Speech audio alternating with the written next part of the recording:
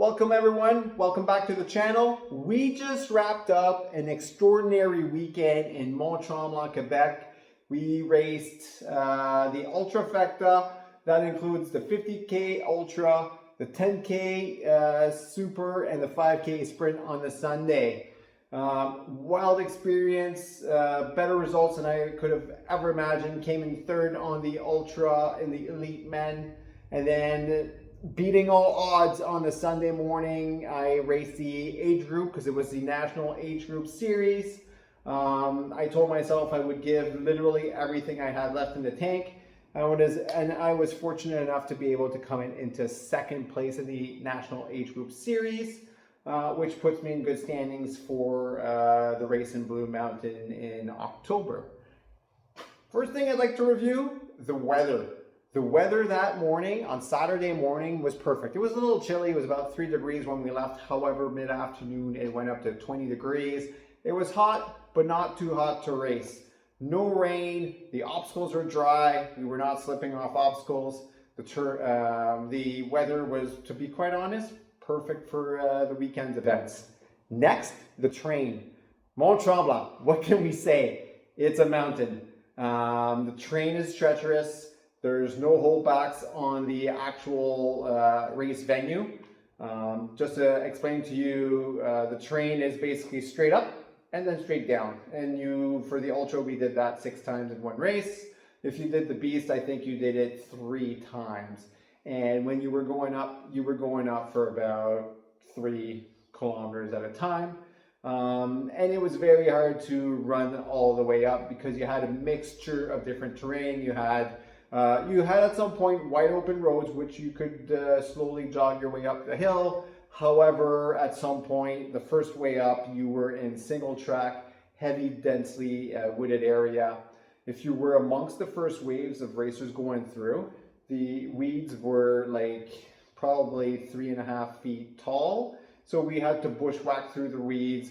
It was an adventure in itself. It's what we come to expect from a Tremblant adventure. Next, let's talk about that famous Ultra Loop.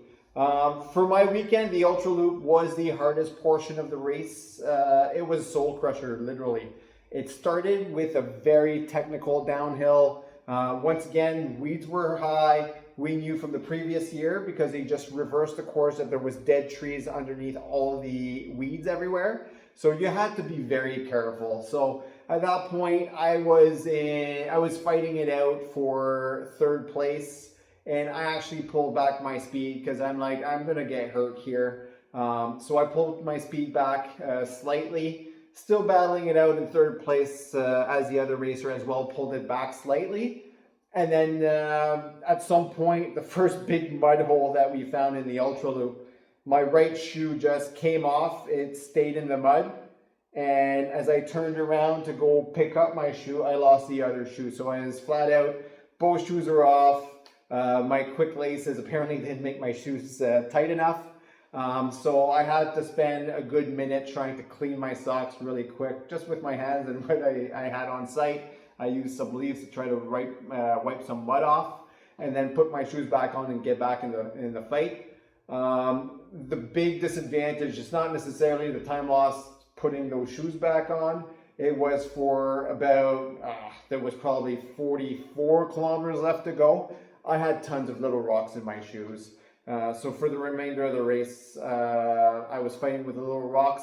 And as I progressed in mileage, it would just start to hurt more and more intensely. And I would suggest that probably the last 10 Ks of the Ultra, my feet were extremely sore. It wasn't pleasant. The Ultra Loop, especially going down, I felt that the risk for serious injury was very high. So that's why I chose to pull off on the speed a bit. But then the second half of it, so you came down, you were basically 3/4 the way down the mountain, and then you shot back up. The way back up was a lot safer. You could start running again and getting some speed.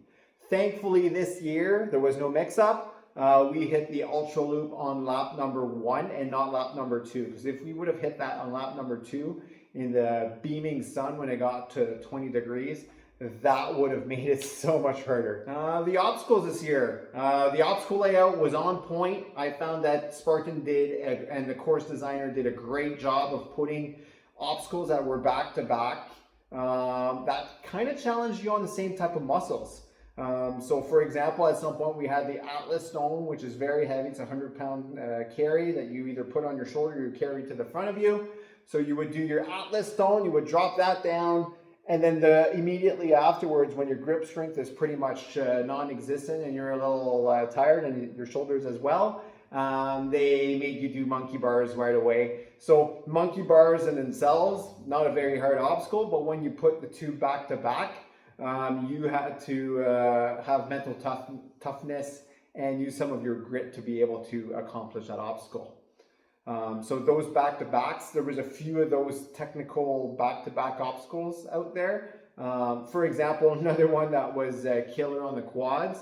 Obviously, you're running the ultra, your legs are already tired, but then you would come down the hill, and you did that twice on the ultra. You would hit the bucket carry, and then you would do the uphill bucket carry. So it was uphill, so you would power hike that up, and then you would try to gain some momentum just running right back down. Drop the bucket, you would run not even a half kilometer, and oh great, now it's a sandbag carry, same principle. You would walk it up a hill, and then you could do a slight jog back down the hill. So that's another combination that was particularly brutal on the quads, because you're just hitting the same muscles back to back. I saw a lot of racers on my second lap that were dying in the bucket carry. It hits you differently. This race brought a first-time obstacle on the course. It was the memory test on the Ultra Loop. So we had a big board, and it was by age, so they have every age. And then so you looked up your age, and then there was a word and a series of numbers. So I believe there was 9 numbers following the word. So it was like, mine was Papa 018, and then 5 or 6 other numbers, which I can't recite now because I didn't recite it during the race, and that caused me to do 30 burpees. Thankfully, where you did do the burpees, you were kind of in a vertical, so your burpees were kind of a little bit faster to do because you had the mountain to help you up and prop you back out. Transition zone. The transition zone this year compared to last was a lot better. A lot more space. The grass was cut short. Lots of space to put your buckets and stuff. There was tables, so I put my bucket right where the exit point was, and I had all my gear prepped. Great transition zone. And this year, the spectators were fairly close. They were right where the fence line was, and they could encourage us and they could talk to us. So at least I had a good conversation while I was just refilling my drinks with some old acquaintances I had. So that was a pro. Last year, transition zone was a good 500 meters away from spectators, so there was zero interaction. You were just going back up to the grind. So no, great transition zone. They did make us skip the obstacles at the festival area. After a transition zone, they would just shoot us right back up the hill, the same way we started the race at the very start.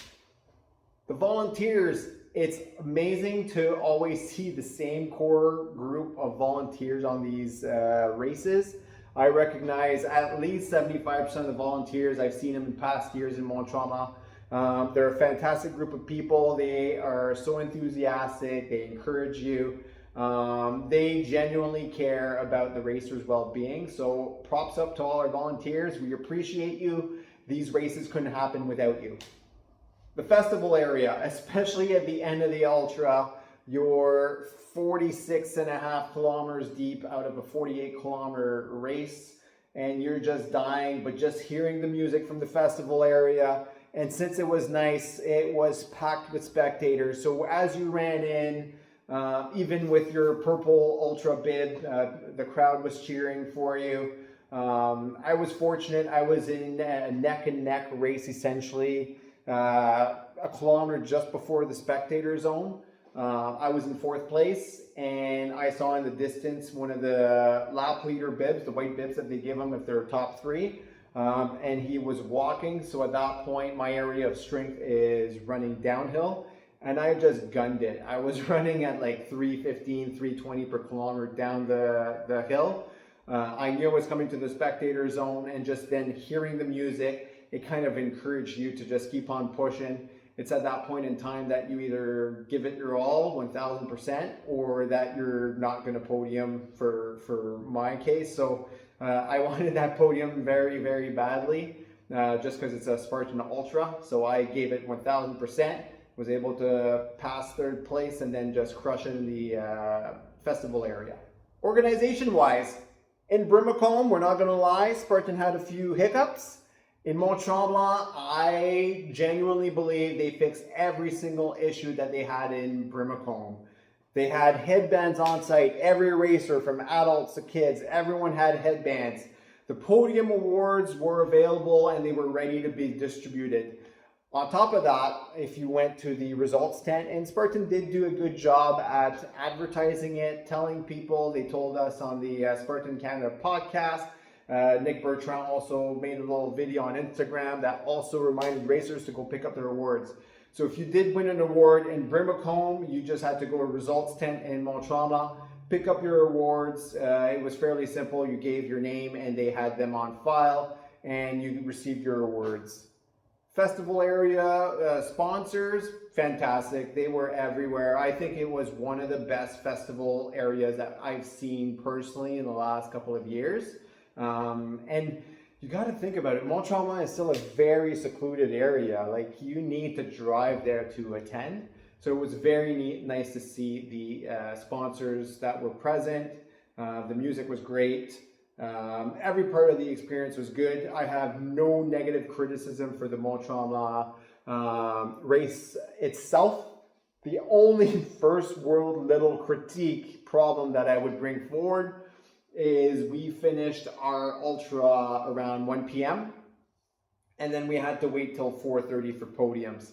So starting to get a little older, I would have liked to use that time to go back, foam roll, try to loosen up a bit, but we had to stay on the venue. We were cooking in the sun at that point, grabbed a little bite to eat, and then we just waited for podiums, which caused us to go to bed a little bit later than I would have wanted. But like I said, very, very minor recommendation is maybe to consider, once you know your 3 top runners are in, maybe wait an hour to get maybe a few more people in, but maybe not make them wait almost 4 hours for podiums. Would be a great appreciation. So I just want to go to bed at some point. So the medals for this weekend, once again, Spartan has outdone themselves. This is your trifecta medal for the venue. So if you did the 3 races on the weekend, this is the medal that they gave out. Very nice medal. Spartan did a really good job designing the Ultra buckle. So this is your Ultra Race buckle. Very good job. Really nice. Once again. And finally, this was the Spartan Super National Age Group Series medal. Very nice once again. It's a very nice medal. It's bigger than your normal super medal. It's probably 30% wider. It's just a cool looking medal. So on the Sunday, we had day 2 of racing. So in the morning we had a super at various heat times depending on your age group. And then you had the sprint. So first thing in the morning, it was the National Age Group Championship Series. What does that mean? You have to attend at least 2 races in the Spartan Canadian season. And basically you get points. So first place gets 300 points, second place 276 points, and third place I want to say it's 236 points, something around those lines. And then they'll combine all your scores all together to determine the top 3 racers. What was happening in previous years is you had to attend 3 races at all times. So one of those races was always out west. So it was either in Kelowna or in Red Deer. What Spartan has done this year is you only need to attend 2 of these races. So if you were able to podium in Mont-Tremblant, the next national series in the East Coast is going to be Blue Mountain, which most racers do attend because it's another trifecta weekend race. So if you can podium both the Mont-Tremblant Super and hopefully be able to podium top 3, maybe even top 4 in Mont-Tremblant. They'll accumulate the scores and determine who the top 3 racers are for each age group. And then you'll get an additional delta typically for the National Age Group Series. Deltas are these big triangles. So that's what you get as a prize. And then obviously the bragging rights for being one of the top Canadian racers. To sum it up, this weekend had it all. It had brutal climbs, gritty obstacles, an amazing community on site. The Ultrafecta is the ultimate test in Spartan racing, in my opinion, both mentally, physically, and emotionally. You left muddy, you left sore, but you left proud. Doing ultras is a great experience that words can't describe, and as much as while you're doing it, it hurts and at times is unpleasant and you're questioning your life decisions. Once you've completed it, the sense of accomplishment is phenomenal, and I truly and genuinely encourage everyone and anyone who thinks, well, maybe I should take the challenge and do one. You know what? Just leap into it. Obviously, train for it. If you want any training advice or tips, just leave comments in my video and I'll try to help you out little tips and bits. But yeah, that's pretty much it. Thank you for watching, everyone. If you've got any questions, leave them in the comments. Please remember, like, share, subscribe, help the channel grow. Thank you. Until the next race in Calabogie.